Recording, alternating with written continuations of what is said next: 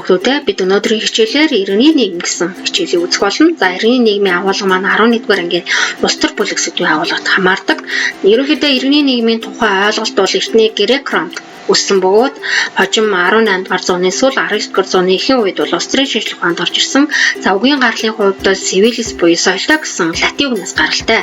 Иргэний нийгмийг ерөнхийдөө хөгжүүлэхэд John Locke, Jean-Jacques Rousseau, Immanuel Kant, Charles Montesquieu, Karl Marx гэх мэдсэгчид ихээхэн үргэлжлүүлсэн бөгөөд сүүл үеэс нь Frank, Max Weber, Adam Sorokin, Karl Popper гэх мэдсэгчид мөн үргэлжлүүлсэн байдаг.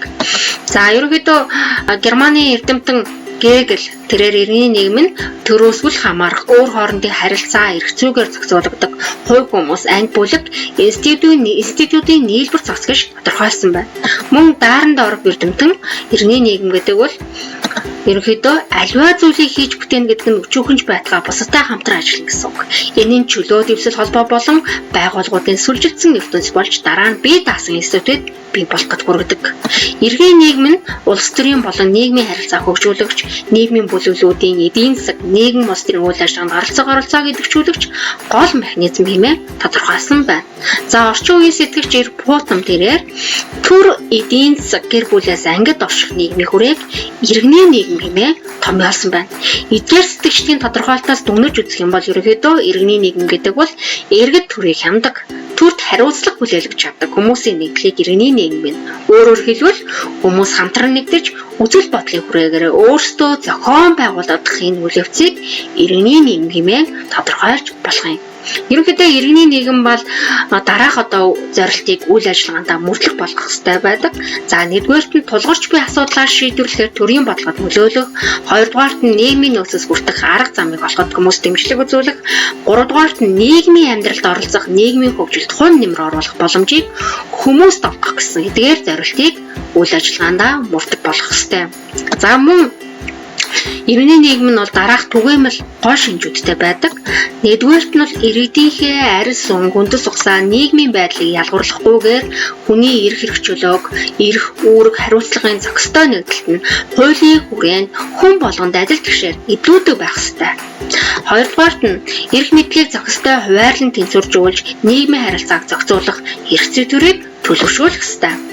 Гуравдугаарт нь эдийн засгийн хувьд чөлөөт үйлдвэрлэл, хувийн худалдаа, үйлчилгээний шударгаар өрсөлдөх нөхцөлийг хангасан, зах зээлийн эрүүл саруул тогтолцоог хөгжүүлэх, түүнд нийцсэн төлөвлөлт, зохион байгуулалтын уян хатан арга хэмжээ хэрэгжих, таатай орчинг бүрдүүлэх.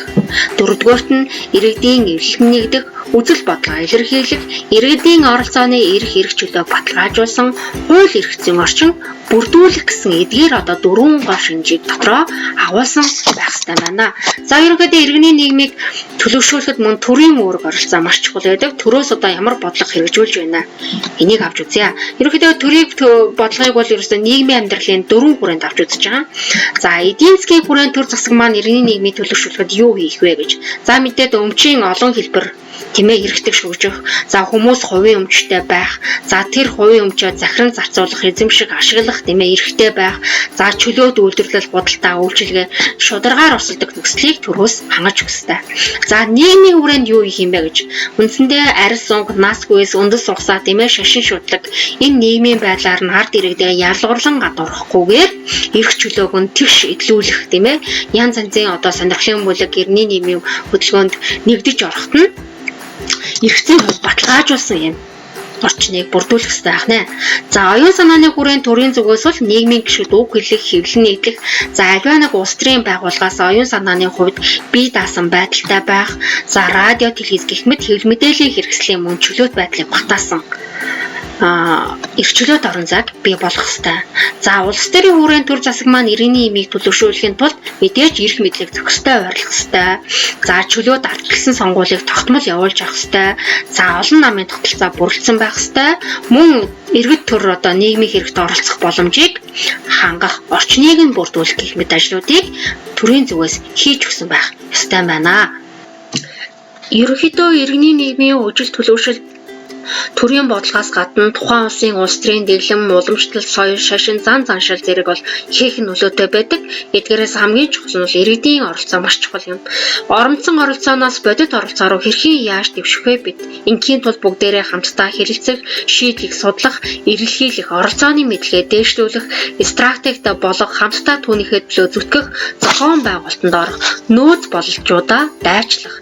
Нэгдүгээрт нь бусдыгаа манлайлах, үлгэрлэн харуулах, олон иргэнд урам зориг өгөх, нөлөөлийн хүрээгээ тэлж, эрх мэдлээ өргөжүүлэх, улам хүчрэх болох үйл явдал юм. Бидний энэ талбар бол иргэний нийгэм. Иргэний нийгэм бидний хүчийг нэгтгэх, холбох, мөн төр засагтай хамтран ажиллах гүүрэн болж өгдөг. Иргэний оролцоог бодитойгоор хэрэгжүүлэх, ингэснээр хөгжил хүн бүрийн амьдралд биелээ олох баталгаа нь болж өгдөг юм а. Тэгэхээр иргэдийн оролцоо бол бидний хамгийн чухал хамтын хүч бөгөөд үүний нэг илэрхийлэл нь иргэний нийгмийн хөгжил төвшөлт чухал байдаг. Иргэний нийгэм гэдэг бол өнөөгийн ардчлалын хүчил төрөгч юм. Баярлалаа хүүхдүүдээ. Оролцоотой иргэн байцгаая.